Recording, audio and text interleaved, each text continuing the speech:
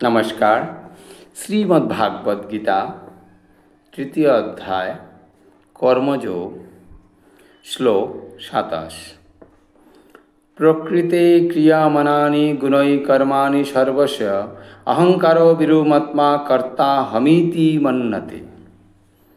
অর্থাৎ অহংকারবশত জীব মোহাচ্ছন্ন হয়ে জড় প্রকৃতির ত্রিগুণ দ্বারা ক্রিয়মান সমস্ত কার্যকে স্বীয়কৃত বলে বিবেচনাপূর্বক নিজেকে কর্তা বলে মনে করে।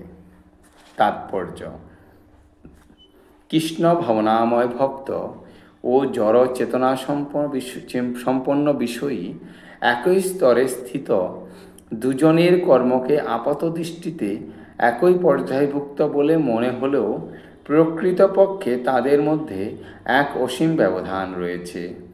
জড় চেতনা সম্পন্ন ব্যক্তিটি অহংকারে মত্ত হয়ে নিজেকেই সব কিছুর কর্তা বলে মনে করে। সে জানে না যে তার দেহের অন্তর্গত সব কিছুই জড় প্রকৃতির সৃষ্ট এবং এই প্রকৃতি পরিচালিত হচ্ছে পরমেশ্বর ভগবানেরই নির্দেশ অনুসারে। জড়জাগতিক মানুষ বুঝতে পারে না যে সর্বতোভাবে শ্রীকৃষ্ণের নিয়ন্ত্রণাধীন।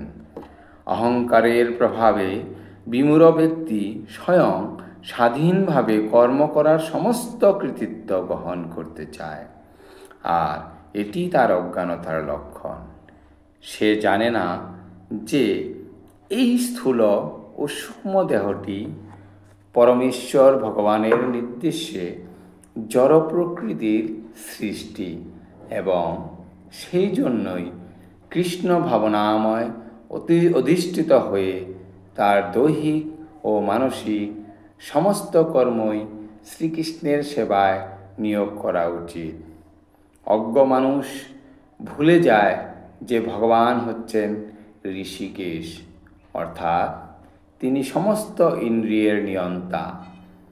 বহুকাল ধরে ইন্দ্রিয়গুলির অপব্যবহারের মাধ্যমে ইন্দ্রিয় সুখভোগ করার ফলে মানুষ বাস্তবিক রূপ পক্ষে অহংকারের দ্বারা বিমোহিত হয়ে পড়ে এবং তার ফলে সে ভগবান শ্রীকৃষ্ণের সঙ্গে তার নিত্য সম্পর্কের কথা ভুলে যায়।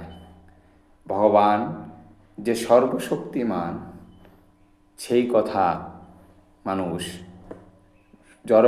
জড় চেতনাময় মানুষ সেটা ভুলে যায়। তাই ভগবান এই শ্লোকে এই কথাটি বলেছেন। ধন্যবাদ।